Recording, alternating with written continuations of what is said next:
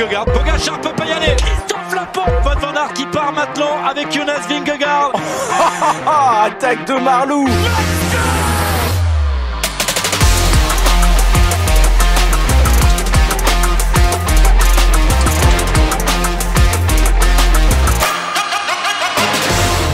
Bonjour à toutes et à tous et bienvenue dans Vélo Podcast, le débrief de la 8e étape du Tour de France entre Libourne et Limoges avec François-Pierre Noël, mon acolyte de toujours. Salut FP.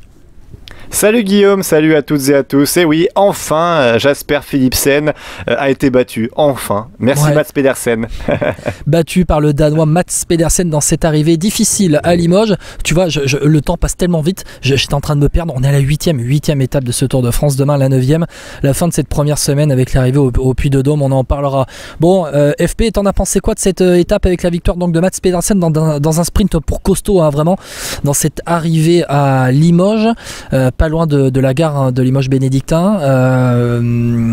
C'est une arrivée, ou plutôt une étape qui a été nerveuse, et on a vu ce qu'on n'a pas vu hier, c'est-à-dire des chutes assez graves. Oui, alors c'est ça, c'est grave. Ouais, je parlais hier de regret éternel pour Mark Cavendish, voilà. Et bah voilà, ça s'est justifié malheureusement aujourd'hui. Vraiment, moi, ce qui m'attriste le plus, on avait la chair de poule quand on voyait ça, la tête de Mark Cavendish quand il est dans l'ambulance, quoi. On sent que c'est la fin de l'histoire en fait, et c'est la fin de Mark Cavendish sur le Tour très certainement. Il ne battra jamais le record d'Eddy Merckx, ça n'en reste pas moins un grand champion, ça c'est clair. Et puis aussi l'abandon de Stef Kras sur une chute. Alors, on la voit pas bien la chute, et j'avoue qu'il y a plusieurs théories. L'une d'elles parle d'un spectateur visiblement trop avancé. On va tenter de voir pour confirmer cela ou pas. Mais oui, très nerveux cette étape. Et puis les leaders devaient être très bien placés. Parfois des cassures. Parfois voilà, il fallait que Vingegaard lui-même rattrape un peu le premier peloton qui se détachait. Pour au final une victoire de Mats Pedersen avec un sprint aussi intéressant à analyser, un peu comme hier, même s'il y avait moins d'irrégularité on dira. Mais une étape voilà, de Tour de France avec la pression qui va avec. T'en as pensé quoi toi Guillaume, depuis le bord de la route pour la dernière fois? Ouais, exactement, puisque c'est notre dernière journée sur le Tour de France. Je dois te dire que je suis actuellement assis au bord de la Vienne, sur un banc au bord de la Vienne, ici à Limoges, en bas de Limoges. Donc pour enregistrer ce podcast, quand je te parlais de chute grave, c'était par rapport aux conséquences de la chute, avec les abandons de Mark Cavendish et de Stef Kras. Moi, ce que j'en ai pensé de cette étape, c'est que tu as beaucoup mieux vu à la télé cette étape que moi, puisque simplement j'ai regardé cette étape donc jusqu'à 15 km de l'arrivée devant la télé, et puis ensuite il fallait sortir du centre de presse pour aller jusqu'à la ligne d'arrivée. On était en haut de Limoges, il y avait 1 km à faire, et en fait le temps de monter du centre de presse à la ligne d'arrivée, les mecs ils étaient déjà arrivés pratiquement, ils étaient en train d'aborder leur dernier sprint. Alors j'ai quand même regardé derrière après la ligne d'arrivée ce qui s'est passé quand même. Moi ce qui m'a frappé dans un premier temps, c'est avec ce sprint pour costaud, tout de suite ce besoin de fraîcheur, d'hydratation de la part des coureurs après l'arrivée, plus qu'à Bordeaux hier.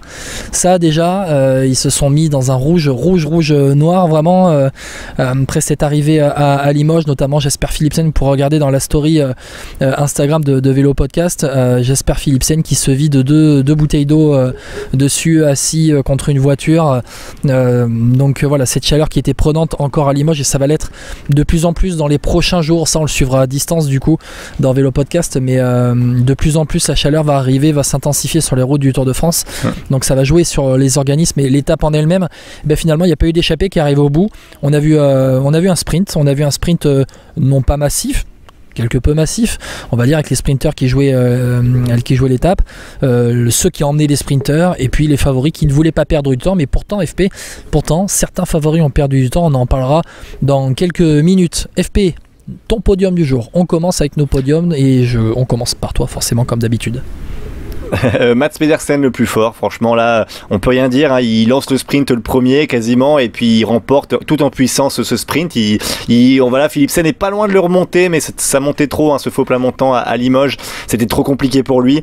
Donc Mats Pedersen en taille patron. Mon deuxième point, ce sera à nouveau sur la réalisation du Tour de France, pour dire que là je commence à en avoir ras-le-bol à nouveau, parce que la réalisation d'un sprint, je sais pas, quand on a fait des dizaines et des dizaines comme Monsieur Forestier depuis qu'il a pris le Tour de France, tu comprends le concept. Là, je n'ai pas compris les plans. Moi là, ça commence à m'agacer sérieusement, parce qu'en fait, tu vois rien en fait. Il faut que tu regardes le sprint 3 fois pour comprendre, pour voir les images, quoi. Enfin, je veux dire, il y a il y a rien qui est fait dans la, comment dire, pour le fan de vélo, même pour le spectateur lambda tout simplement, parce qu'en fait on comprend rien. Le plan de dos là, 300 mètres, on voit les coureurs s'approcher de la ligne, mais ça sert à quoi? Enfin bref, voilà, on en parlera tout à l'heure. Et mon troisième point, ce sera sur les pertes de temps pour le général avec Simon Yates qui perd peut-être gros pour le podium, sachant que ça sera certainement serré cette année. Voilà, donc cette chute à quelques kilomètres de l'arrivée, je crois que c'était un peu plus de 5 km. Voilà, il va perdre gros avec ça. Voilà, et toi ton podium, Guillaume? Bon, tu as initié le mouvement anti-Anthony Forestier, hein. Sache que tu as été suivi aujourd'hui, hein, après cette arrivée filmée.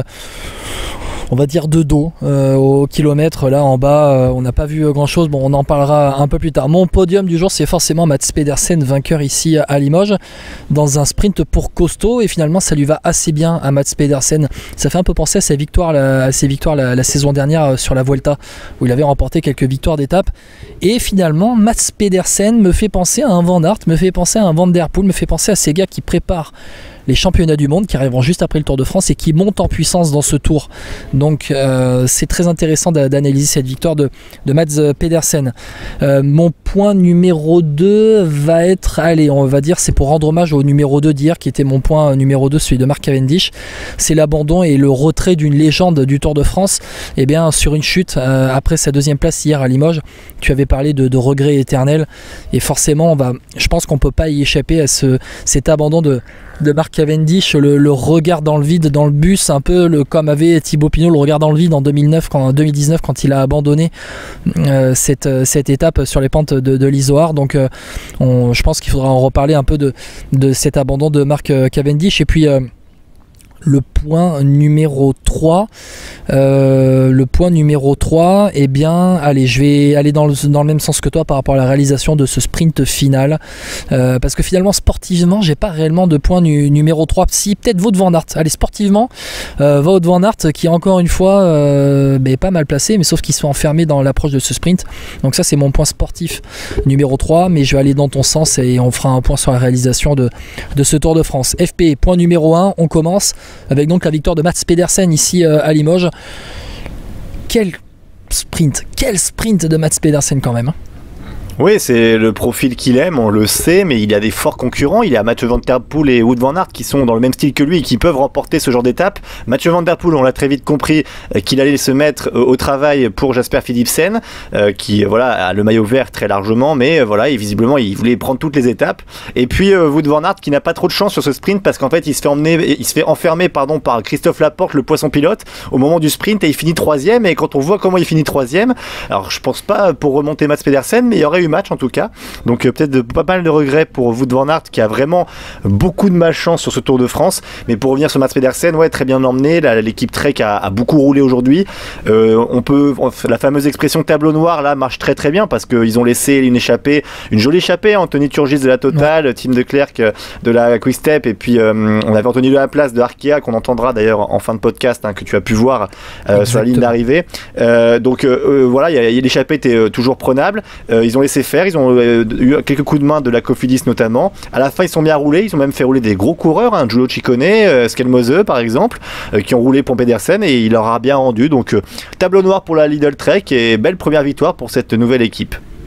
Et écoute, je suis assez d'accord avec toi, c'est une vraie belle victoire parce que cette arrivée, elle n'était pas simple du tout. Je peux te dire que quand je me suis mis au pied de cette arrivée finale, et après je suis allé en haut pour voir ce que ça donnait d'un point à l'autre de cette dernière ligne droite qui était vraiment en montée, allez, on va dire sur 800 mètres à peu près. On était sur du 700-800 mètres de montée parce que la flamme rouge était avant cette dernière courbe sur la gauche que j'ai au bout, là, que j'ai en face de mes yeux, là-bas au loin. Il y avait cette dernière courbe à gauche, ensuite cette montée pour arriver donc sur les hauts de Limoges.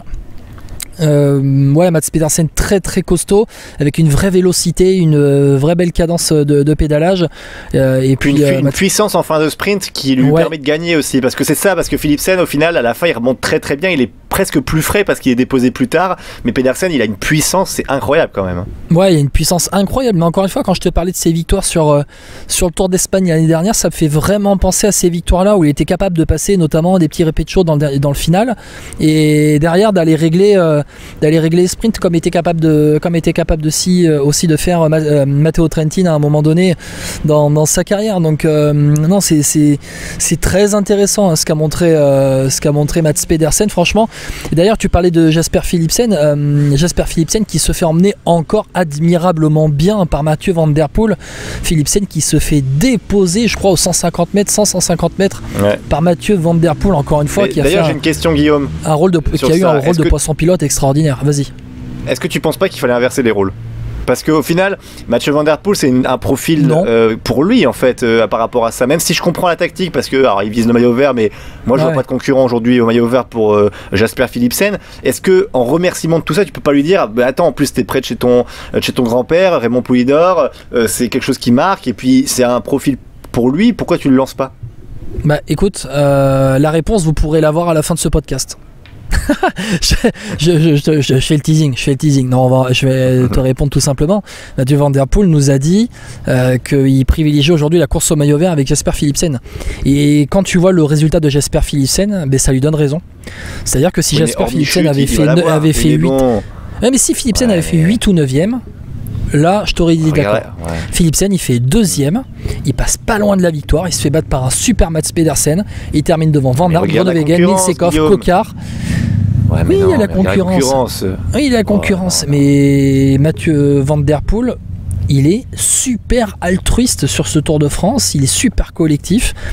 Il faut s'y résoudre en fait. C'est que Mathieu Van Der Poel, il travaille son explosivité, sa puissance en ce moment dans ce rôle de poisson pilote pour emmener Jasper Philipsen. D'ailleurs, Mathieu Van Der Poel, j'essaie de regarder son classement final sur l'étape parce que tac, il fait 40e de l'étape finalement après avoir déposé Jasper Philipsen. Mais Mathieu Van Der Poel, il excelle dans ce rôle-là. Donc voilà, Jasper Philipsen termine 2e. Donc le résultat parle pour les Alpecin de Koenig dans la tactique. D'accord, mais regarde quand il se met en poisson pilote de Jasper Philipsen, Mathieu Van Der Poel, on n'a pas vu un poisson pilote aussi fort depuis qui ? Mark Renshaw avec Cavendish ou Michael Morkov avec Jacobsen aussi, avec Cavendish et Jacobsen. Et Cavendish aussi et Jacobsen à l'époque. Oui, peut-être, mais moi je trouve que vu qu'il est tellement fort, ils savent qu'ils sont forts parce que ils ont vu sur les premiers sprints qu'il n'y a pas de concurrence à ce niveau, que tant que Van Der Poel est en forme et Philipsen aussi, ils sont imbattables. Fini à 8 ou 9e, quand tu vois la concurrence derrière, je trouve que c'est même toujours Brian Kokar qui est 2e, ou alors il a été dépassé aujourd'hui par Mats Pedersen. Brian Kokar, il fait. Oui, tu veux dire au classement par points ? Au général, ouais, par points. C'est toujours Brian Kokar qui est 2e avec 6 points d'avance sur Pedersen. Tu vois, mais il faut regarder l'écart avec Philipsen. Tu vois, moi, j'ai aucune inquiétude pour le maillot vert que Philipsen, s'il n'abandonne pas, il le ramène à Paris. Moi, je trouve. Donc, en fait, c'est par rapport à ça. Après, je suis d'accord avec toi. Dans une tactique, tu dis voilà, il faut mettre toutes les chances de son côté. Mais pour ce côté un peu de, on va dire, pour l'histoire et parce que pour remercier ton poisson pilote. Ça aurait été classe. Tu vois ce que je veux dire, il y a toujours des moments où tu peux être classe. Voilà. Ouais, mais FP, tu vois, si Jasper Philipsen n'avait pas remporté 3 étapes avant cela, s'il n'avait pas remporté 3 étapes avant cela, je t'aurais dit, ok, c'est le moment de la donner à Mathieu Van Der Poel. D'ailleurs, on s'est dit hier soir, ça sera plus pour Van Der Poel. Au final, Philipsen était là, était placé, il avait les jambes, il fait 2e. Si Philipsen n'avait pas remporté ces 3 étapes, ces 3 premiers sprints, là, ok, c'était tout pour Van Der Poel parce qu'au final, Philipsen n'avait pas réussi à la mettre au fond. Là, Philipsen, il l'a mis au fond à chaque fois, il a fait du 100% depuis le départ du Tour. Là, c'était forcément pour lui, quoi. Ouais, non, je suis. Ouais, bon, après, honnêtement, je te dis que ça me choque pas non plus, hein, mais je parle en termes de classe. Tu vois, pour moi, ça aurait été une belle histoire à raconter, malheureusement. Bon, oui, voilà, mais on sait que tu veux de la romance, toi. Tu veux de la romance. Vous en voulez de la romance. Bon. Écoutez, à la fin de ce podcast avec Mathieu Van Der Poel et les parents de Mathieu Van Der Poel qu'on a pu interviewer aussi ce matin au départ de Libourne. Écoutez, franchement, c'est génial les passages qu'on va vous mettre de l'interview où franchement, ils parlent de ce rôle de poisson pilote. Corinne Poulidor et Adrie Van Der Poel, ils nous parlent un peu de ce rôle de poisson pilote de Mathieu Van Der Poel et ils nous parlent aussi un peu de leur manière de gérer les sprints de Mathieu Van Der Poel émotionnellement, eux de leur côté. C'est très sympa.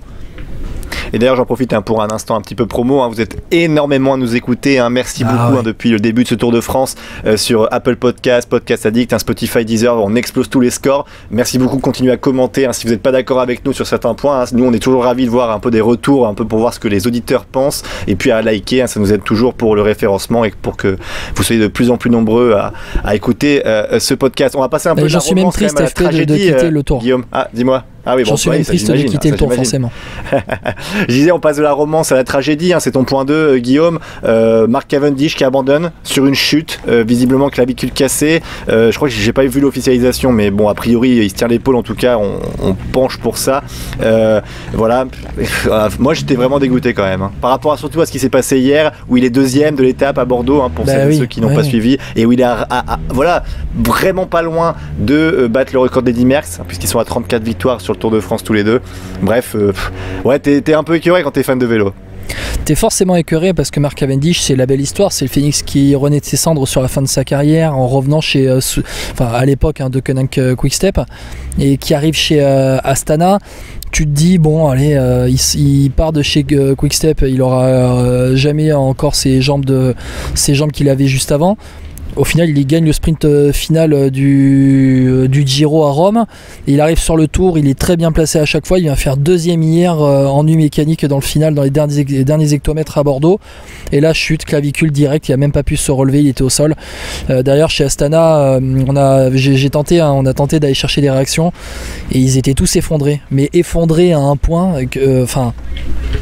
franchement, c'était normal. Ça faisait de la peine à voir. Ça faisait vraiment de la peine à voir de voir les Astana. Ils avaient une mission sur ce Tour de France. C'est quand même très dur. Et puis c'est une mission. En plus, tu vois, quand t'as une mission du général, tu dis on veut gagner le Tour de France, on veut. Et ben là, voilà, c'est quelque chose que tu peux faire l'année prochaine. Là, c'est une mission sur cette édition. Il faut que Mark Cavendish batte le record d'Eddy Merckx. C'est un peu, tu joues pour l'histoire aussi. Tu joues même pas que pour ton équipe, remporter le Tour et quoi. Là, c'est l'histoire qui est presque en jeu. Et c'est plus terrible, je trouve. Ils avaient tout misé sur ça. Et d'ailleurs, ça en revient à ce que m'avait dit Alexandre Vinokourov, que j'avais pu rencontrer avant le départ à Tarbes, et les mots d'Alexandre Vinokourov, c'était survivre pour Marc. En 3 mots, ça veut tout dire. Le début de Tour de France d'Astana est hyper compliqué. Je crois qu'avant l'approche des Pyrénées, ou au début des Pyrénées, sur les 5 dernières places du classement général, il y a 4 Astana. Il y a eu l'abandon de Luis León Sanchez, il me semble. Et en fait, tout était pour Mark Cavendish. C'est-à-dire que à Nogaro, l'abandon de Luis Sanchez, et tout était pour Mark Cavendish, tout, absolument tout. Et là, c'est un monde qui s'effondre chez Astana. Et vraiment, si j'avais pu vous mettre une réaction des Astana après cette étape-là. On a tout essayé, vraiment. Alors il y a eu Mark Renshaw qui a parlé en anglais, et puis en fait au moment de parler français il était effondré, il est rentré dans le bus après, lui qui était recruté par Astana pour être consultant sur ce Tour de France. Enfin voilà, ils avaient tout axé, absolument tout axé sur Mark Cavendish. Et en fait, mais vraiment, je me demande ce que va faire Astana d'ici la fin du Tour de France. C'est terrible, je me demande comment ils vont se relever. Je me demande comment ils vont traverser cette fin de Tour de France. S'ils terminent à 2 ou à 3, faudra pas s'étonner. Autre abandon aussi, au passage, Stef Kras de la Total Energy, qui était 13e au général. Pareil, donc là on attend de savoir un peu comment ça s'est passé aussi, parce que visiblement ce serait un spectateur qui se serait trop avancé. Mais voilà, abandon pour le coureur belge qui faisait un très très joli Tour de France. On en avait parlé avec Jean-René Bernaudot, c'était quand, hier ou avant-hier? C'était à Cauterets avant-hier. Ouais, voilà. Donc bon, là, une pensée pour lui évidemment. Et puis il n'y a pas eu beaucoup d'abandons sur ce Tour de France. Par contre, c'est des gros abandons, quoi. Enfin, c'est-à-dire des coureurs qui comptent, Henrik Mas, Richard Carapaz. Guarnieri, son pilote de A1, Sanchez et Cavendish, et on le dit à l'instant, Stef Kras. Un petit mot quand même sur la réalisation de ce sprint et même du Tour de France en général. J'avais passé un coup de gueule. C'est ton coup de gueule après hier déjà. Ouais. Bon alors, après j'en ai beaucoup parlé au début du podcast. Déjà on a vu à Cauterets où on avait complètement oublié le groupe Gaudu, j'ai envie de dire, ou le groupe en tout cas même Hindley, Yates. Le reste du monde, tu peux dire. Ouais, c'est ça, on avait que vu Pogacar, Vingegaard globalement. Là on a eu l'inverse. Alors là c'est le sprint, et puis alors vous avez aimé les sprints vus d'hélicoptère, vous avez aimé les sprints vus de face, vous aimerez encore plus les sprints vus de dos à 300 mètres. Donc voilà, c'est incompréhensible. Moi voilà, comment, quand t'es réalisateur, en plus, voilà, pour travailler à la télévision, pour ceux qui comprennent, un réalisateur c'est un peu voilà, chef d'orchestre d'un groupe et puis d'un orchestre, et vraiment il doit dire prenez telle caméra, prenez celle-ci, la moto, etc. 1, 2, 3. Et c'est vraiment un job hyper compliqué, mais qui est fascinant déjà à voir quand on est dans un studio. Mais moi je ne comprends pas que ce monsieur, quand il voit ce plan, il laisse autant de temps. Mais tu dois dire, que tu le laisses 5 secondes, erreur de manipulation d'un technicien, d'un cadreur, peu importe, j'entends, ça arrive à tout le monde dans chaque télévision. Mais là, le plan, on le voit tellement longtemps, et il n'y a aucune caméra, en plus l'hélicoptère, on le voit juste avant, donc il est là, il est présent, il a l'image de l'hélico. Dans ce cas-là, si tu as un doute, ne mets pas ce plan-là, laisse les plans hélico, on va pas t'en vouloir, puisqu'on verra au moins l'action. Si vraiment ton plan de face est dégueulasse, ce qui peut arriver, un mec est devant, un photographe, ça fait chier, c'est chiant, ouais. Mais purée, l'hélicoptère, il est là juste avant le plan, pourquoi tu me changes ce plan? Enfin, ça sert à quoi? Il apporte rien en plus, donc on voit rien.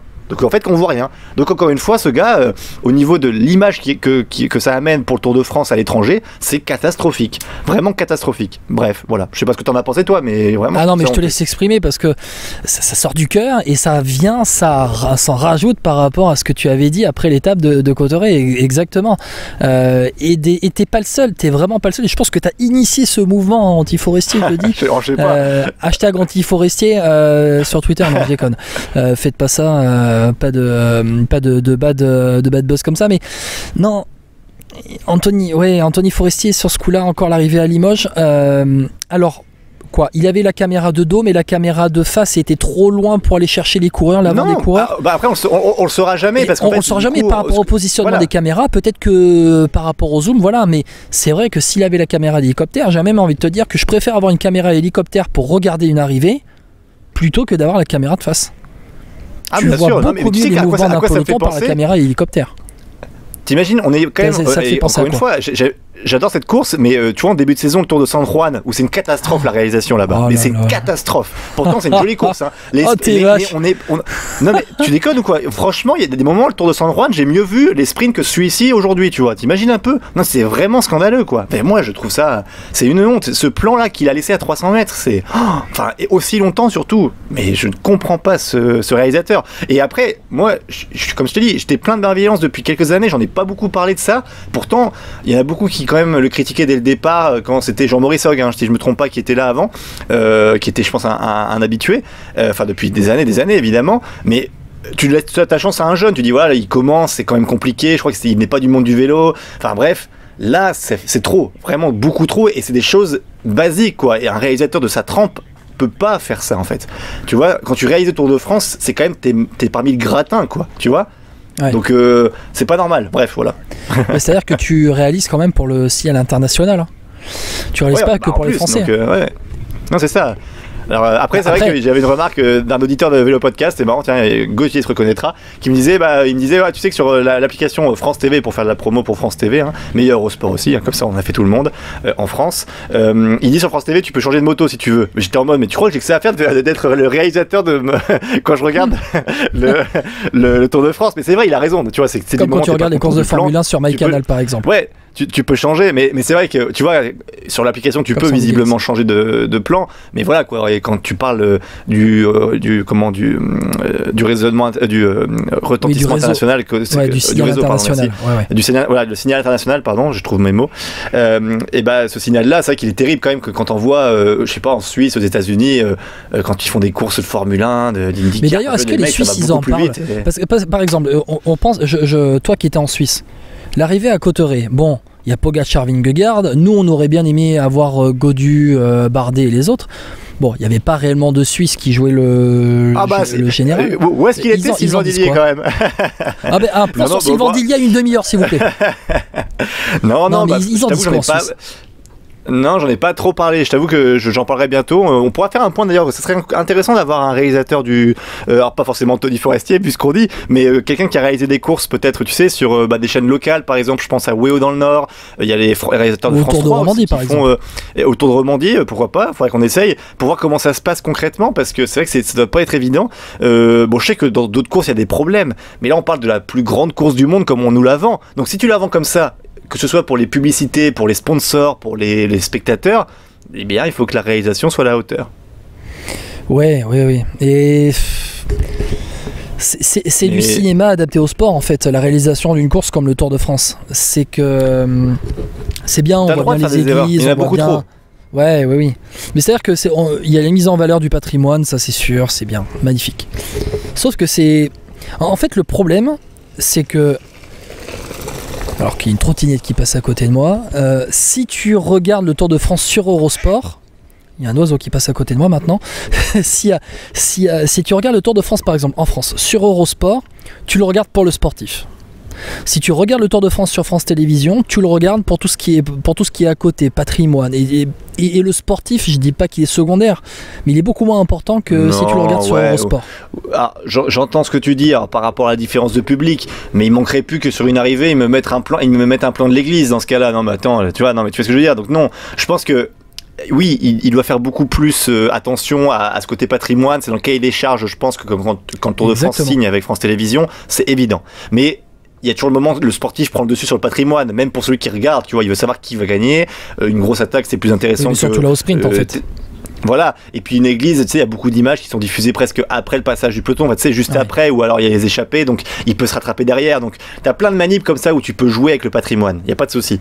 Mais après, au niveau sportif, il n'a pas cette fibre-là, visiblement. Voilà, donc bon, après, on va pas s'acharner dessus, le pauvre, ça fait 10 minutes qu'on parle de lui. Mais non, mais voilà, c'est le point Anthony Forestier qu'on aura un nouveau point demain, parce qu'au Puy-de-Dôme, et on en parlera dans quelques minutes, ça va être encore pire au Puy-de-Dôme, puisque là, on a eu l'information. Aucune voiture, aucune moto n'est autorisée à grimper au sommet du Puy-de-Dôme. Donc c'est-à-dire que du moment où ils vont arriver au pied de l'ascension finale vraiment du Puy-de-Dôme, alors je crois que c'est quoi, ça doit être les 4-5 derniers kilomètres ou peut-être les 6 derniers kilomètres, du moment où il va y avoir la montée du funiculaire, les rails juste à côté de la route pour le Puy-de-Dôme, là l'accès, il n'y aura que les cyclistes qui pourront monter.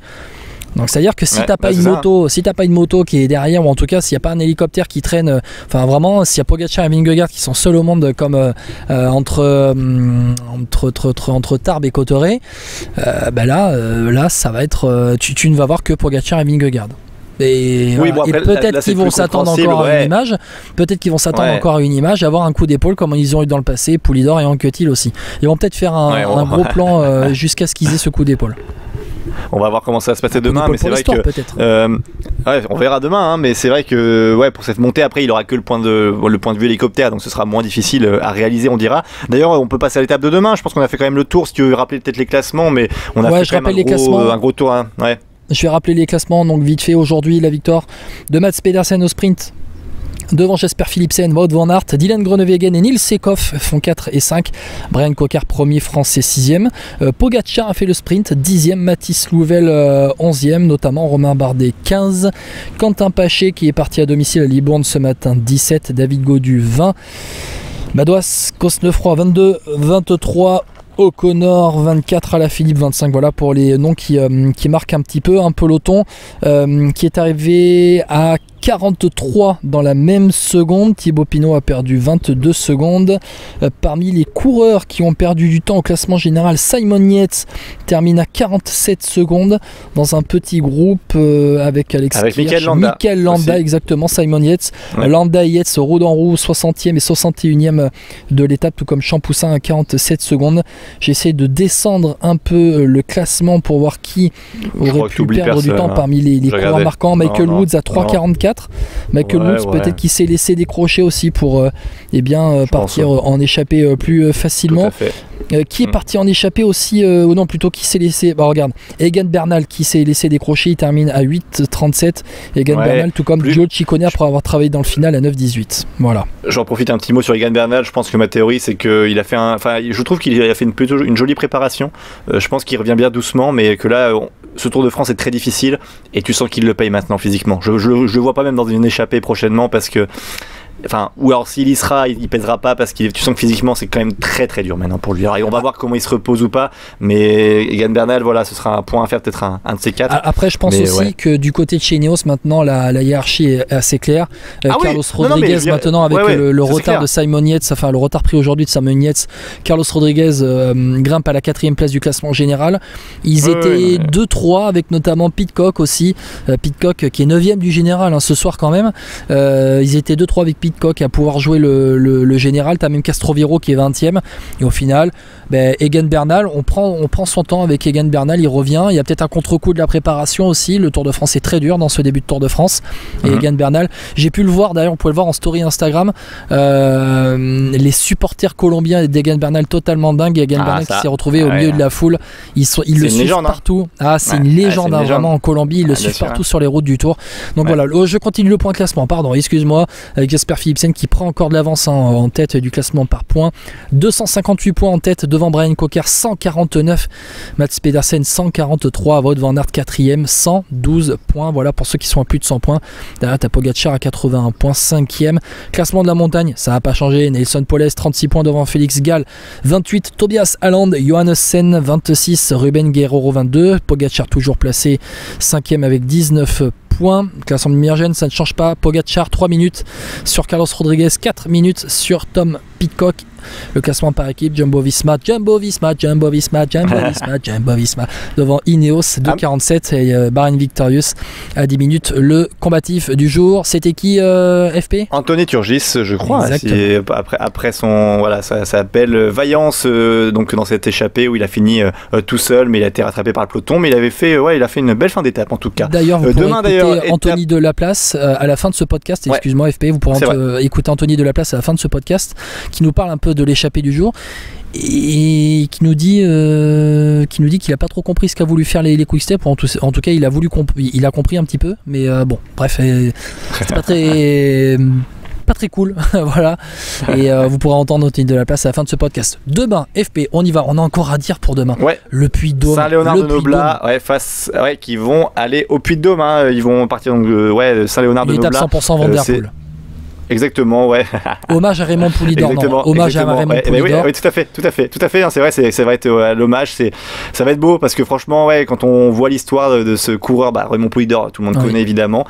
Et puis Mathieu Van Der Poel, ce qu'il fait en hommage à son grand-père. On voit les images. Il y a une vidéo qui traîne sur internet. Je vous encourage à aller la voir quand c'est Raymond Poulidor qui présente le jeune Mathieu Van Der Poel, peut-être qu'il a 15 ans, 16 ans. Exactement. À des personnes du Tour de France. C'est Sportza, il me semble. Et qui dit que c'est le futur champion. C'est ça, je crois que c'est Sportza, tout à fait. C'est Sportza qui capte les images et en fait il est dans les loges invitées et Raymond Poulidor dit à tout le monde, t'as regardé, c'est le petit phénomène, et c'est de là d'où vient le surnom le petit phénomène en fait. C'est que c'est vrai, il avait raison Raymond Poulidor. Et alors je peux encore faire du teasing FP? Vas-y, allez donc, à la fin de ce podcast, à la fin de ce podcast, Mathieu Van Der Poel qui nous parle de Raymond Poulidor. On a eu la chance de pouvoir parler à Mathieu Van Der Poel après la ligne d'arrivée. Au milieu de la cohue des journalistes, Van Der Poel, il a répondu pas qu'à une seule question, mais il n'a répondu qu'à Vélo Podcast. Ça, comme c'est du teasing, quand même, c'est énorme. Et il parle notamment de cette émotion et de cette émotion d'un matin au départ de Saint-Léonard-de-Noblat. Vas-y, je te laisse. Non, j'allais dire juste par rapport à demain l'étape, pour faire bref, parce que je pense qu'on en parlera beaucoup demain de cette étape, mais globalement le Puy-de-Dôme c'est l'un des premiers, alors il y a eu Cauterec en Basque évidemment, mais c'est peut-être l'un des premiers gros tours dans ce Tour de France. On attend la bataille Jonas Vingegaard, Tadej Pogacar demain. Oui, il y a un partout en fait, c'est ça. Il y a un partout entre Pogacar et Vingegaard. Il y a eu l'étape vers la Reims avec Vingegaard qui a attaqué dans Marie-Blanc. Derrière, le lendemain, Pogacar qui a répondu sur la montée de Cauterec. Demain, ça va être non pas de la moyenne montagne, on va pas parler de moyenne montagne, mais ça va être bien escarpé jusqu'à Clermont-Ferrand. En fait, on va redescendre à Clermont-Ferrand où ce sera le lieu de la journée de repos lundi, et puis ensuite à la sortie de Clermont-Ferrand, la montée du Puy-de-Dôme, 13 km 300 à 7,7%, et puis surtout ces 6 derniers kilomètres avec de gros pourcentages, un vrai mur où la route sera fermée à tout public et toute circulation. Il n'y aura aucun supporter, il n'y aura aucune moto, aucune voiture d'autorisée dans ce dernier tronçon de 6 km où ça va être une arrivée mythique. Peut-être au Puy-de-Dôme, ça fait très longtemps que le Tour de France n'y était pas passé. Et là, c'est le rendez-vous un peu avec l'histoire. Bon, on en parlera beaucoup plus demain soir, FP. Mais je pense qu'on doit s'attendre encore une fois à une bonne peignée entre Pogacar et Vingegaard, parce que là ça se rend coup pour coup depuis le début du Tour de France. Ça a été le cas sur les deux vraies étapes de montagne dans les Pyrénées, et normalement ça doit être encore le cas demain. Ouais, exactement. Il va falloir être en forme demain pour les coureurs qui visent le classement général, sinon ça va mal se passer. Puis je suis impatient de voir la stratégie d'équipe de la Jumbo et de la UAE, comment se contrer mutuellement. Est-ce qu'on garde des équipiers le plus longtemps possible à l'entame de ce Puy-de-Dôme, ou est-ce qu'on essaie de les griller avant et de piéger un des gros leaders? Moi je pense qu'il y a moyen aussi, donc ça peut être intéressant à suivre. Qui va vouloir prendre le contrôle du peloton au final? Parce que comme on a Jumbo, un maillot jaune, c'est le maillot jaune, c'est le maillot jaune quand même qui prend a priori comme ça. Je veux dire, c'est un peu une obligation. Normalement, mais la Jumbo pourrait très bien dire bah écoutez, Pogacar nous a répondu, c'est lui qui a gagné à Cauterets, si on est arrivé au sommet comme aujourd'hui. Il y a des bonifs à prendre au sommet du Puy-de-Dôme, donc nous on laisse partir l'échappée et puis comme ça on perd pas les bonifs. C'est ce que j'allais dire. En haut. Moi, dans ce cas, si on laisse partir l'échappée, on dit à David Gaudu, vas-y David, prends le maillot jaune comme ça, et puis hop, comme ça David il prend le maillot jaune, et puis exactement. non, mais une fois pas deux malheureusement, je pense qu'une fois pas deux. Bah écoute, moi demain je serai pas là, donc je te dis belle étape, et puis on se retrouve lundi. Exactement, on va se retrouver lundi, on se fera quand même un débrief tous les deux de cette première semaine du Tour de France. Je te remercie en tout cas de m'avoir accompagné cette semaine. Pour moi c'est la fin de ce passage sur le Tour de France depuis lundi à Bayonne jusqu'à ce soir à Limoges. C'était absolument génial, une très belle expérience, alors que là j'ai un canard qui est à côté de moi tout simplement pour m'accompagner sur la fin de ce qui t'attaque exactement, en fait. Tu l'entends voilà, pour on voilà, il va dans la Vienne maintenant, il va aller se baigner, je crois que je vais faire pareil moi. Donc je voulais remercier tout le monde, je tiens à te remercier pour m'avoir accompagné, je tiens à remercier Étienne Gourceau, Julien Després pour leur aide sur les réseaux sociaux, merci beaucoup les gars, merci aussi de nous avoir écoutés en nombre vraiment depuis le début de ce Tour de France. Alors c'est pas la fin du Tour de France, vous aurez toujours un podcast par soir. Il y a quand même les débriefs. Oui, voilà. Vous aurez toujours un podcast par soir, mais vous n'aurez plus toutes ces réactions à l'intérieur du Tour qu'on a pu vous capter, parce que pour nous le Tour de France s'arrête à Limoges ce soir, en tout cas sur place à Limoges. On continuera de suivre ce tour à distance. FP, je te remercie, puis après je vais annoncer les listes des gens qu'on va pouvoir écouter. Merci beaucoup à toutes et à tous, et puis donc de mon côté on se retrouve lundi, et toi demain tu vas débriefer avec, est-ce que tu sais déjà Guillaume? Non, surprise demain soir. Ça, tu vois, c'est du teasing encore. Allez, ciao à tous pour moi.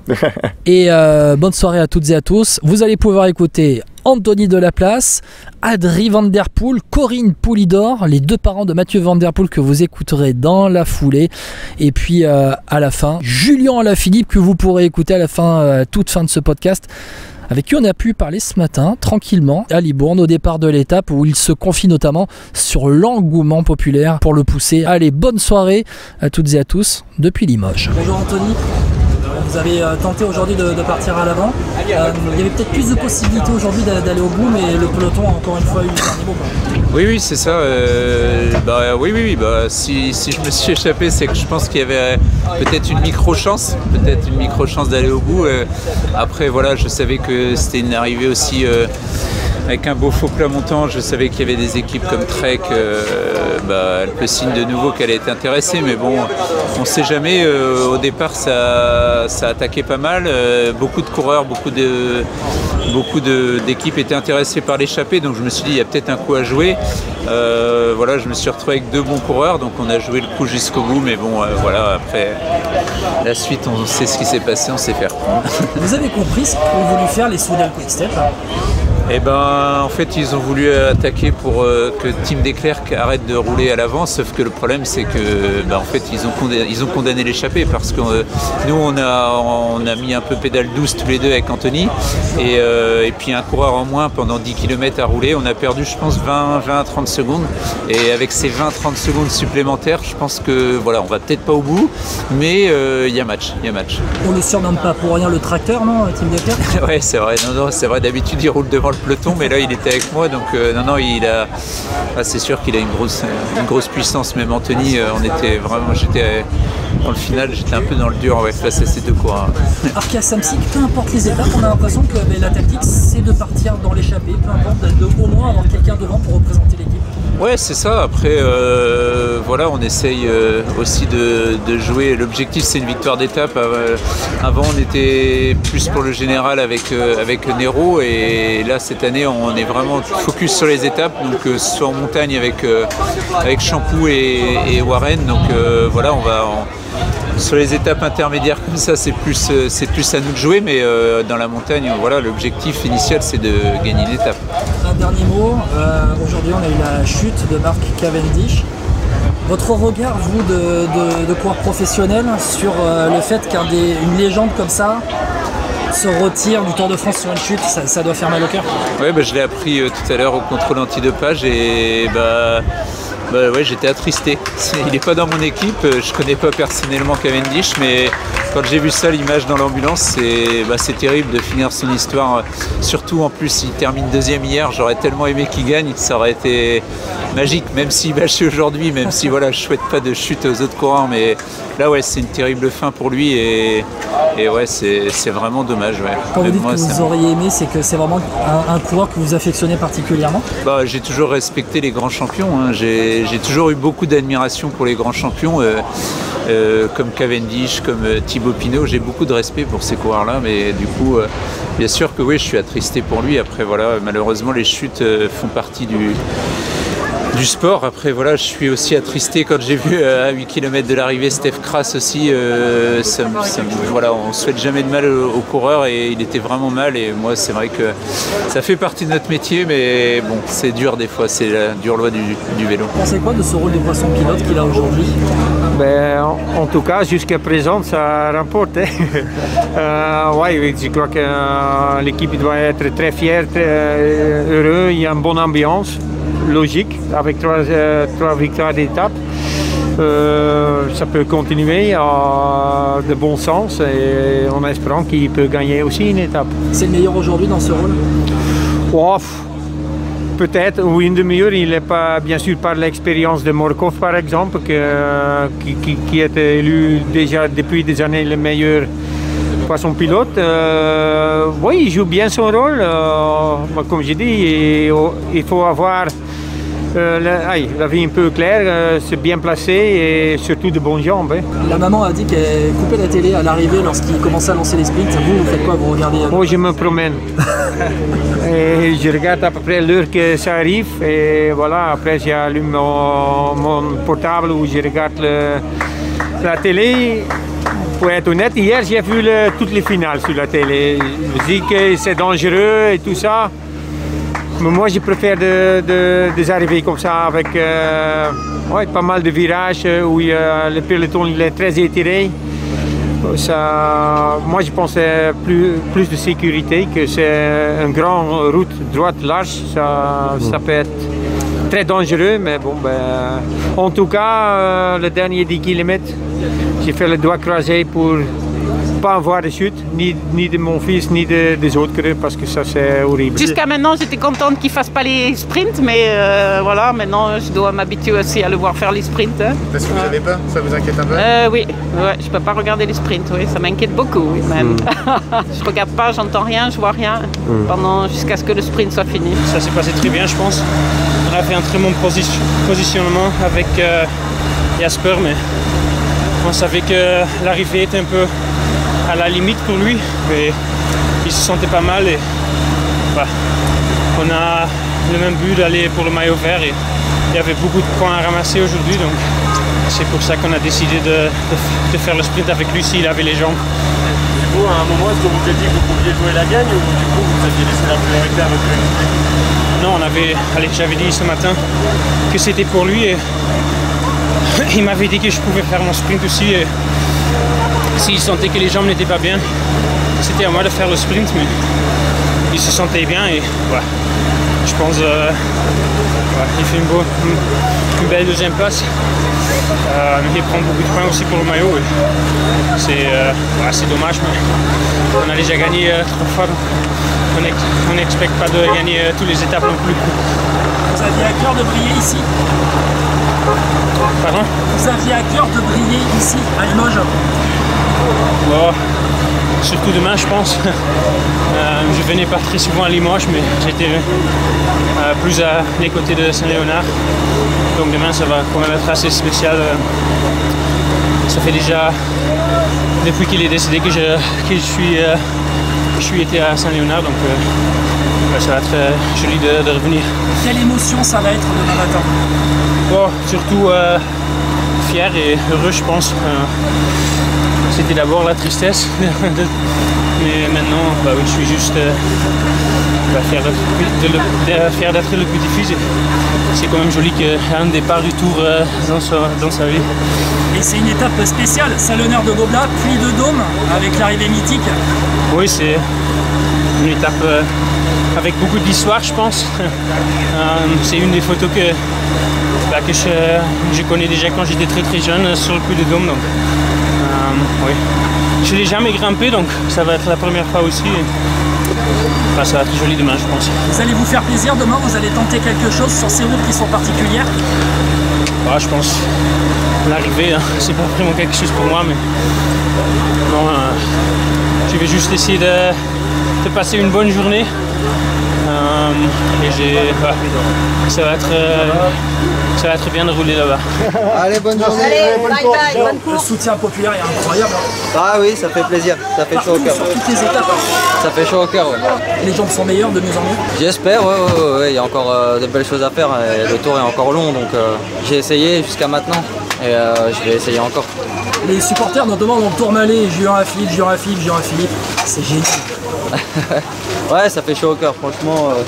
Même si on souffre sur le vélo, de voir les encouragements comme ça fait vraiment plaisir. Et malgré tout ce que vous avez pu traverser, ils sont toujours là pour vous, ça franchement c'est...